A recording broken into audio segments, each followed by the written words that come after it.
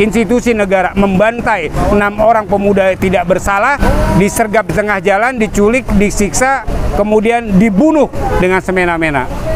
Kemudian itu mereka berlepas diri, dan ini adalah dilaksanakan oleh institusi negara. Nah, makanya saya katakan negara sudah berubah menjadi negara yang biadab.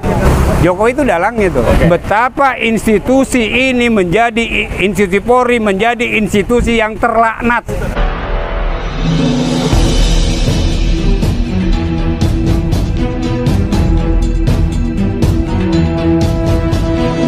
Saya Yani Muhammad, driver online Depok.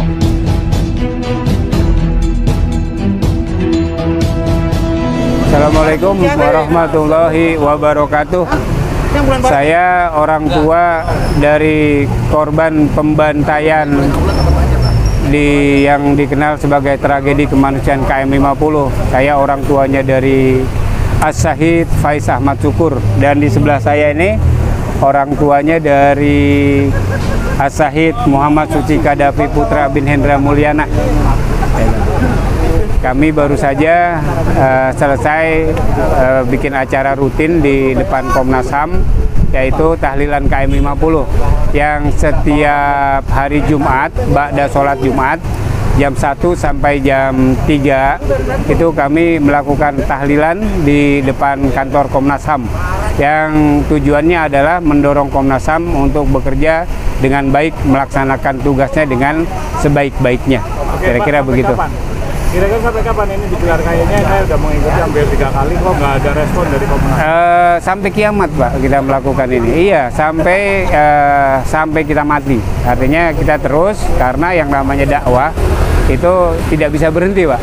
Itu apalagi dakwah ini adalah dakwah untuk menyelamatkan bangsa dan negara yang sejak 7 Desember 2020 sudah menjadi bangsa yang biadab. Kita akan kembalikan bangsa ini menjadi bangsa yang beradab. Yaitu kapan? Ya ketika para pelakunya, baik itu eksekutor, dari eksekutor sampai dengan dalangnya, diseret ke pengadilan HAM, barulah negara ini berdasarkan hukum, barulah negara ini menjadi biadab, menjadi beradab kembali, sesuai dengan Pancasila, kemanusiaan yang adil dan beradab. Nah, kemanusiaan sudah lenyap di bumi Indonesia semenjak 7 Desember 2020 ketika bank negara ini, institusi negara, membantai 6 orang pemuda tidak bersalah, diculik, disergap di tengah jalan, diculik, disiksa, kemudian dibunuh dengan semena-mena. Kemudian itu mereka berlepas diri, dan ini adalah dilaksanakan oleh institusi negara. Nah, makanya saya katakan negara sudah berubah menjadi negara yang biadab. Gitu. Artinya, nah, kita ingin kembalikan negara ini menjadi negara yang beradab. Oleh sebab itu, sampai kapan? Saya nggak tahu. Makanya sampai negara ini menjadi beradab kembali, yaitu diseret semua pelanggar HAM tersebut, khususnya pelanggar HAM di kasus KM 50, dan negara ini menjadi beradab, mungkin selesai tugas kita, Pak. Jadi dakwah itu tidak bisa selesai. Kita nggak tahu kapan goalnya. Ini kan kita melihat kemarin kalau pemerintahan Joko oke lah nggak lalu. Tapi apakah ada harapan gitu dari pemerintahannya si Bowo ini kira-kira menurut Bapak? Kalau harapan, Pak, di pemerintahan Jokowi pun kami berharap kepada Jokowi. Walaupun kami tahu dia dalangnya, Pak. Jokowi itu dalangnya tuh. Artinya orang yang bertanggung jawab, artinya terlibat dia di dalam tragedi KM 50 ini. Karena waktu itu dia menjabat presiden. Demikian juga ketika sekarang presidennya Pak Prabowo. Ya, kami berharap, punya harapan. Karena seorang muslim tidak boleh berhenti berharap kepada siapapun. Tapi harapan kami bukan kepada manusia, harapan kami gantungkan kepada Allah Subhanahu wa Ta'ala. Allahu Somad. Jadi apabila ada pertanyaan bagaimana harapannya di masa Prabowo, ya kami gantungkan harapan kepada Allah Subhanahu wa Ta'ala. Di masa Jokowi, kami gantungkan harapan kami kepada Allah Subhanahu wa Ta'ala.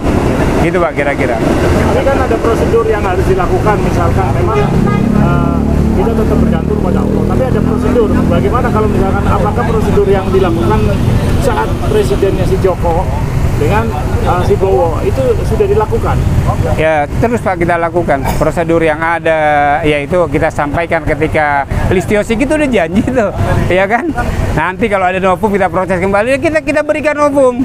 Itu kita artinya kita lakukan prosedur itu. Ini kita ada novum gitu. Ya, kita lakukan terus gitu. Prosedur kita jalani. Hasilnya tawakal kepada Allah Subhanahu wa taala. Karena kami berada pada pihak yang benar dan mereka berada pada pihak An-Nisa ayat 93. Oh gitu. Ya, Iya, jadi paling tidak gini. Kapolri ini kan masih satu orang ini, yaitu si Listio Sigit. Nah, ya. kemudian sekarang belum diganti. Apakah tidak ada upaya untuk mendesak gitu kepada baik kepada Bowo maupun kepada si Listio untuk mendesak mereka gitu. Ya itu kita lakukan, Pak. Itu contohnya kita setiap hari Jumat kita di tahlilan KM 50.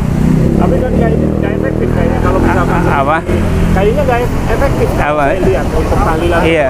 Jadi, Pak, penegakan hukum itu ada dua, Pak. Ada hukum di muka bumi, ada hukum Allah yang di muka bumi sampai dengan akhirat. Hukum dunia akhirat. Jadi ada hukum dunia saja, ada hukum akhirat saja gitu. Ada hukum dunia akhirat. Dan kasus KM 50 ini hukum dunianya dipegang oleh orang-orang yang zolim. Kenapa saya katakan zolim? Lah gimana? Nggak zolim. Lah orang mereka bunuh, mereka siksa, mereka bantai, kemudian mereka berlepas tangan dari itu semua. Zolim nggak ini, Pak? Nah, mereka penegak hukum. Penegak hukum apa? Penegak hukum zolim. Gitu ya kan? Nah, tapi kami tidak berkecil hati karena ada hukum dunia akhirat, yaitu hukum Allah Subhanahu wa taala. Yang mana hukumnya? An-Nisa ayat 93 untuk mereka. Sekarang mereka semua sedang dihantam oleh surat An-Nisa ayat 93. Apa hantamannya? Masih hidup di dunia tapi sudah dijanjikan kekal abadi di jahanam. Masih hidup di dunia, tapi hidup dalam murka dan laknat Allah Subhanahu wa taala. Masih hidup di dunia, tapi dijanjikan akan disiksa di dunia sampai akhirat. Masih hidup loh, Pak. Iya. Okay. Jadi hukum Allah udah berjalan. Artinya ada contoh-contoh nggak yang bisa untuk pemirsa gitu ya, kira-kira hukum yang sudah mengena kepada mereka, terutama terhadap mubahalah Habib Rizik Syihab? Banyak, Pak. Banyak. Artinya kalau kita perhatikan kehidupan mereka, siapa mereka yang saya maksud adalah mereka yang bertanggung jawab dan terlibat di dalam kasus pembantaian di KM 50 ini, kasus tragedi kemanusiaan KM 50 ini. Kalau kita perhatikan siapa saja mereka, yaitu pertama para intel-intelnya. Yang kedua, itu intel yang saya maksud adalah intel sebelum kejadian, intel pada hari H, dan intel pasca hari H. Kemudian komandan-komandan pengarah di lapangannya. Itu semua terlibat loh, Pak. Baik itu yang dari BIN maupun yang dari Polri. Eksekutornya, pendananya, aktor intelektualnya, dalangnya. Satu lagi dokter-dokter yang mengotopsi jenazah 6 syuhada tanpa izin keluarga, itu semua terlibat. Dan mereka tahu apa yang terjadi, gitu. Karena mereka otopsi itu. Kemudian para pendukung-pendukung pembantaian ini, baik dukungan dengan lisan, dengan tulisan, maupun dukungan dengan profesi dan jabatan. Itu ada tuh pengacara yang bela-bela mereka, ada membela para pembantai itu. Nah, jadi mereka itu semua yang terlibat itu kalau kita perhatikan kehidupan mereka, Pak, mereka tersiksa di dunia.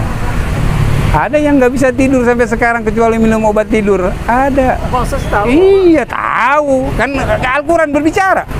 Iya, tapi bukan aneh yang bicara. Bukan, artinya kan Bapak menyaksikan secara fisik. Di media kan tersebar luas. Oh, gitu ya. Di media, ya kan, silakan baca gitu ya. Di media. Betapa institusi ini menjadi institusi Polri menjadi institusi yang terlaknat. Betul. Sejak tanggal 7 Desember 2020 kebejadan mereka meningkat dan terungkap. Kejahatan mereka meningkat dan terungkap. Iya. Yang yang jahatnya mereka bahkan sama keluarga sendiri meningkat. Ya, itu mubahalahnya. Dan kita nggak bisa, walaupun kita nggak saksikan secara mata telanjang, secara fisik, tapi Al-Quran kabarkan. Kalau Al-Quran sudah berkata demikian, sudah pasti begitu. Tidak mungkin tidak. Itu. Kalau kita ragu, munafik kita, Pak. Kalau kita nggak percaya sama Al-Quran, kafir. Kita beriman, percaya betul dengan Al-Quranul Karim. Tersiksa mereka dunia akhirat. Tambahan untuk penutup ada nggak kira-kira? Siapa saja kalian yang tidak terlibat, jangan coba-coba untuk ikut-ikutan terlibat, karena kalian akan hancur. Demi Allah kalian akan hancur. Terlibat dalam apa? Misalnya di medsos, kalian pura-pura ngedukung lain sebagainya, mendukung pembantaian tersebut. Itu hati-hatilah. Jangan coba-coba ikut campur, jangan coba-coba terlibat, karena mubahalah akan terus berproses menghantam siapapun yang terlibat. Kalian tahu, tulisan kalian, ucapan kalian akan kalian pertanggungjawabkan di hadapan Allah Subhanahu wa Ta'ala. Dan ini urusannya 6 nyawa orang beriman yang matinya dalam keadaan syahid, dan tanda-tanda kesahitannya luar biasa banyaknya. Jadi hati-hati kalian. Kalau yang beragama Islam, kalau yang kafir terserah ente. Ente bebas kafir berbuat apa aja. Munafik bebas berbuat apa saja. Ini Anda sampaikan kepada kalian yang beriman kepada Allah Subhanahu wa Ta'ala.